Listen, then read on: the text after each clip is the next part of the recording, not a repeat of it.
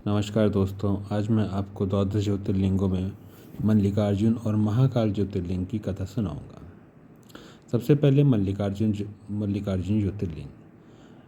ये ज्योतिर्लिंग दक्षिण भारत में देवगिरी नाम के पर्वत पर स्थित है।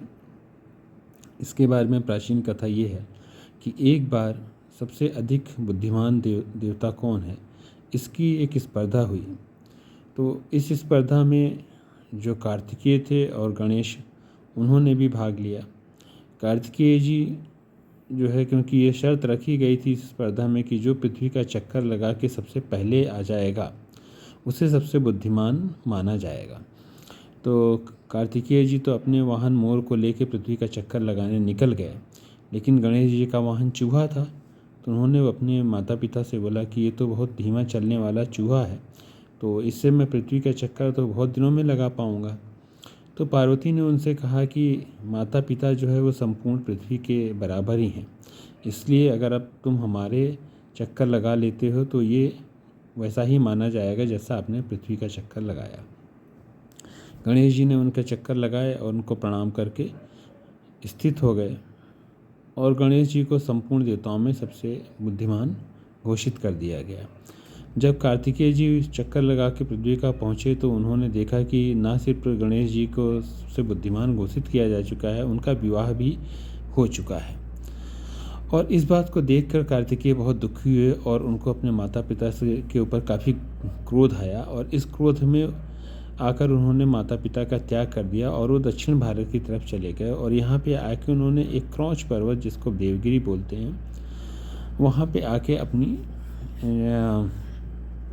अपना स्थित हो गए। वो स्थित कहना है या फिर जो भी कहना है कि आप वहाँ पे आके रहने लगे। इस बात को देखकर पार्वती और शिव भी उनके पीछे पीछे आए, क्योंकि उनको अपने पुत्र की याद सताती थी। और पुत्र को लगातार देखने के लिए पार्वती और शिव भी पास में देवगिरी नाम के पर्वत पर स्थित हो गए।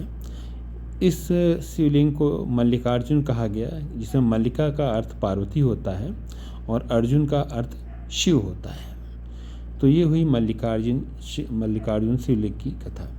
अब मैं दूसरी कथा आपको महाकाल जो उज्जैन में है उनकी बताता हूँ। बहुत प्राचीन समय में उज्जैन में एक ब्राह्मण रहा करते थे जो काफ़ी बड़े शिव भक्त थे। उनके 4 पुत्र थे, वो भी बहुत बड़े शिव भक्त थे।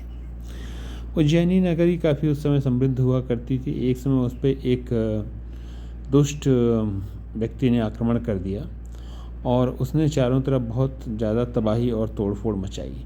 वो लोगों की हत्या करते हुए उस ब्राह्मण के घर तक भी पहुंचा, जो बहुत परम शिव भक्त थे और हमेशा शिव की भक्ति में लीन रहते थे।